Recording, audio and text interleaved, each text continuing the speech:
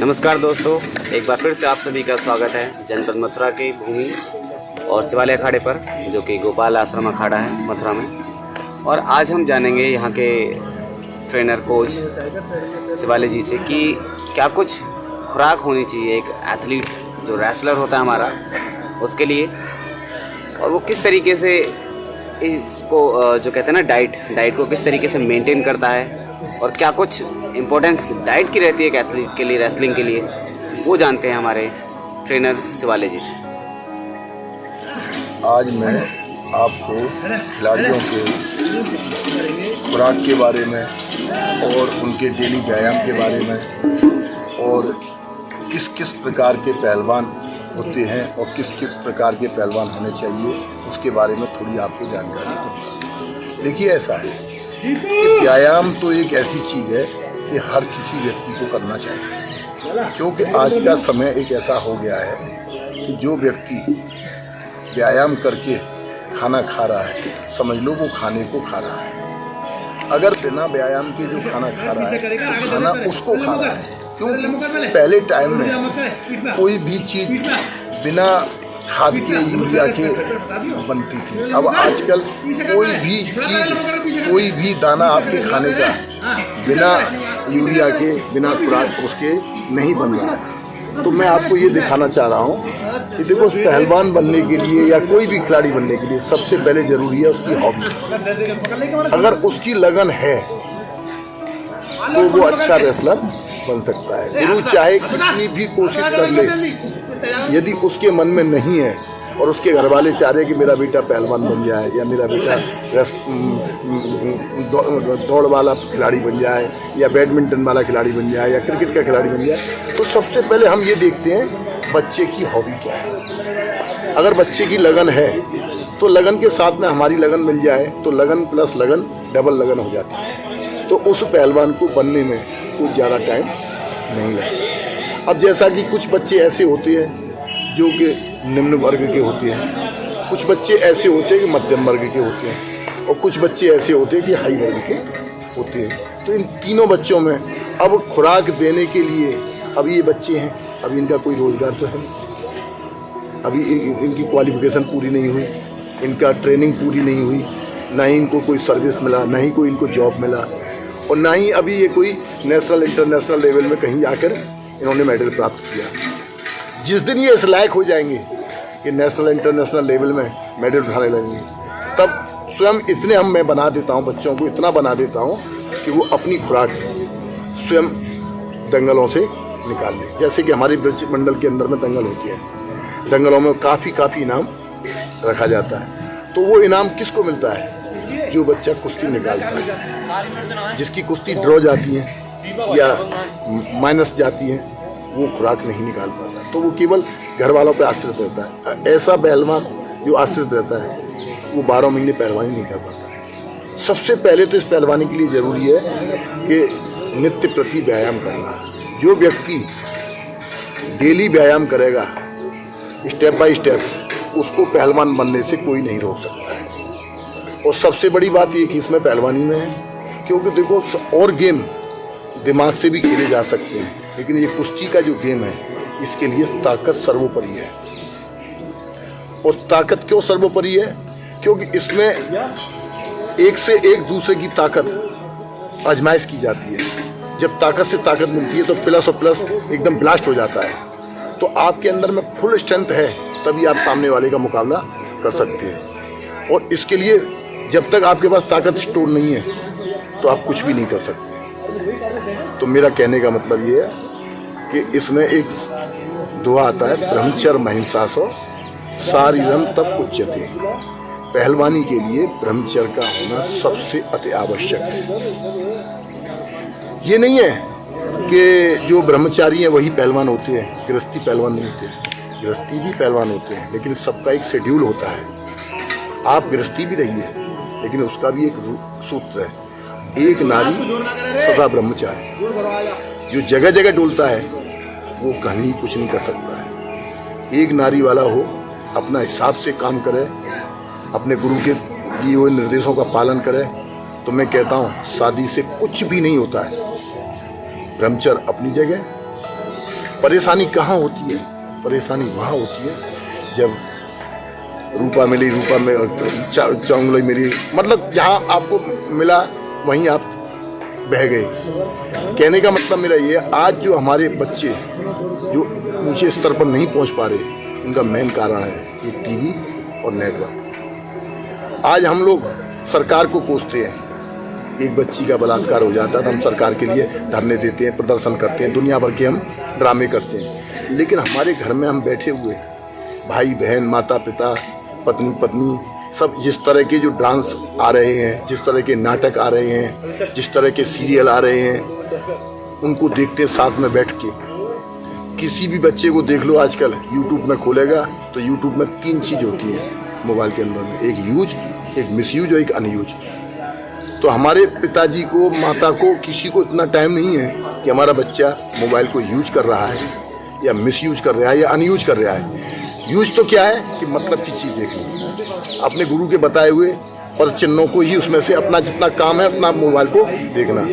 Misuse ये है कि जो चीज़ देखनी चाहिए, जो नहीं देखनी चाहिए, वह भी हम देख रहे हैं। और अनयूज कि सारे दिन कोई मतलब ही नहीं, हमको तो सारे दिन मोबाइल से काम है, वही हमारा माता है, वही हमारा पिता है, वही हमारा भगवान है। तो कुछ बच्चों की आजकल ऐसी मेंटलिटी हो गई।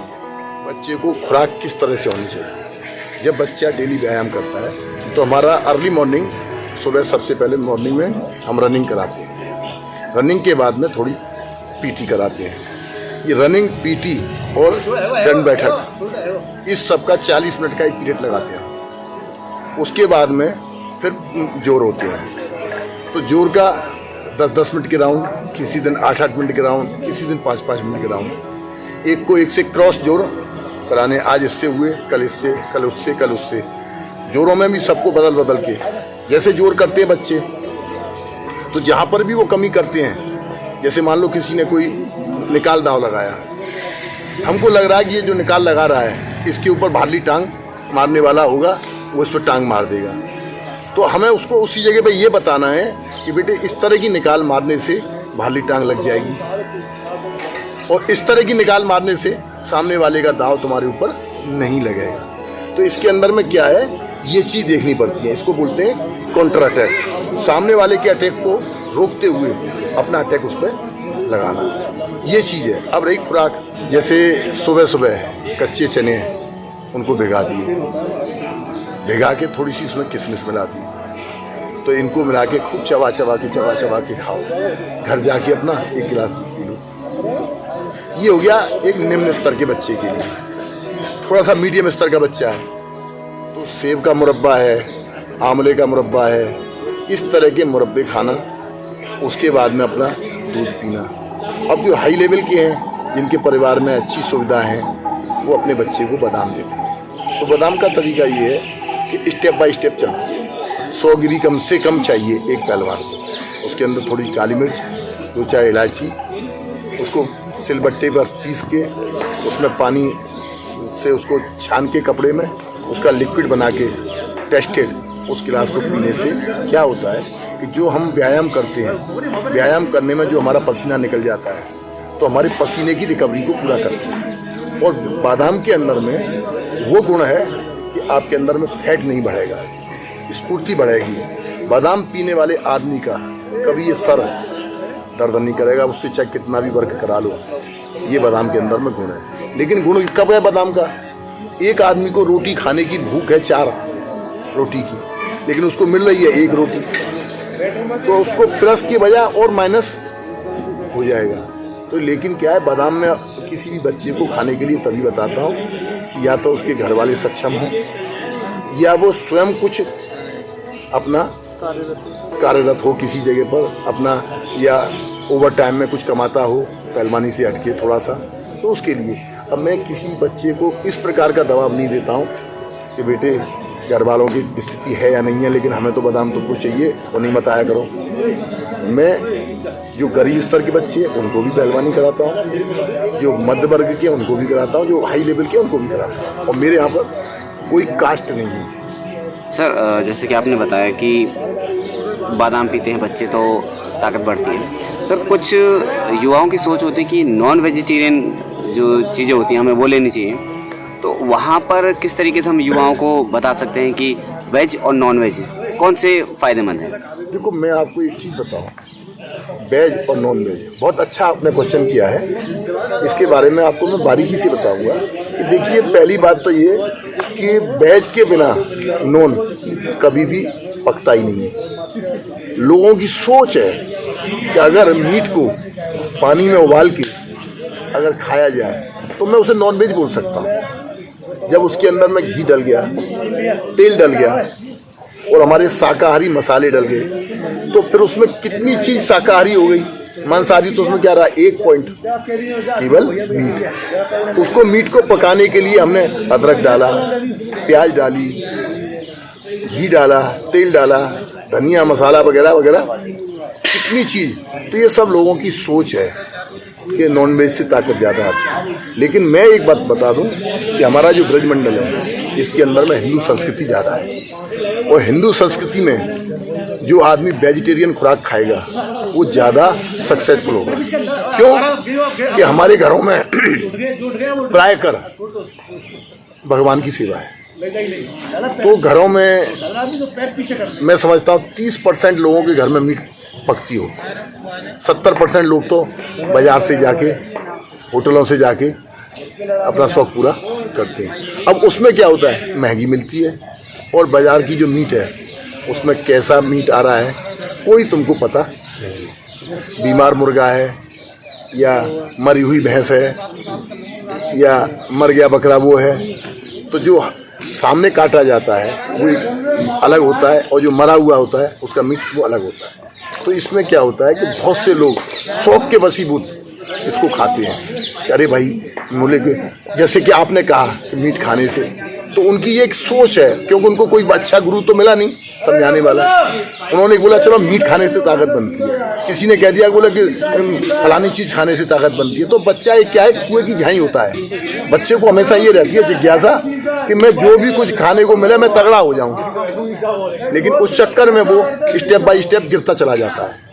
तो मीट एक ऐसी चीज़ है, मैं आपको बता दूँ कि इसको खाने वाला खिलाड़ी 10 मिनट के बाद में इसके अंदर हीट होती है ज़्यादा, तो उसकी सांस ज़्यादा तेज चलने लगती है मीट खाने वाले की। और जैसे जैसे गेम लंबा खिंचेगा उसकी सांस प्रेस बढ़ती चली जाएगी और वो माइनस की तरफ चलता जाएगा।